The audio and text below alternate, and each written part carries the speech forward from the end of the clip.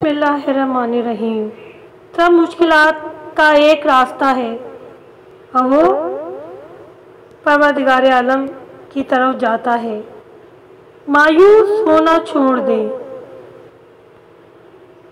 हमें मायूस नहीं होना चाहिए क्योंकि वो परवरदिगार आलम है जो हर लम्हा हमें देख रहा है और हमारी हर मुश्किलात का हल भी परवरदिगार आलम के पास है। क्योंकि जो दरवाजे ज़मीन वालों की तदबीरों से बंद होते हैं तो उनसे बड़े दरवाजे आसमान वाले के फजल से खुलते हैं। ऐसा कुछ नहीं है जो रब से पोशीदा हो और ऐसा भी कुछ नहीं है जो उसके इख्तियार से बाहर हो।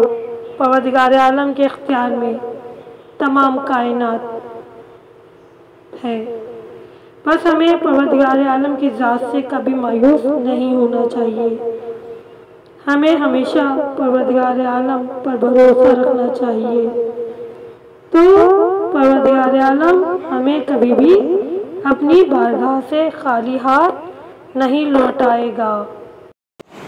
बस मेरे चैनल इल्म के शहर टीवी को सब्सक्राइब कीजिए, लाइक कीजिए, बेल का बटन दबाना ना भूलें ताकि हमारी नई आने वाली वीडियो सबसे पहले आपको देखने के लिए मिले।